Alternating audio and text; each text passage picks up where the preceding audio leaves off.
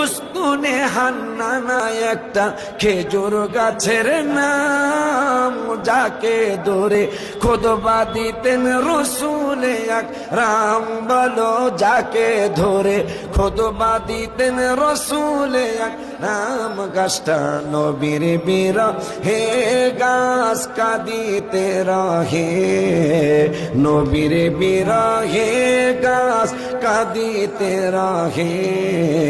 হতবাক হইলেন যত সাহাবায়ে কেরাম, বলো হতবাক হইলেন যত সাহাবায়ে কেরাম। বলো না রহমতে আলম নবী নূরে মুজাসসাম, বলো রহমতে আলম নবী নূরে মুজাসসাম। সাহাবীরা আতর বানায় ওই নবীজির ঘর।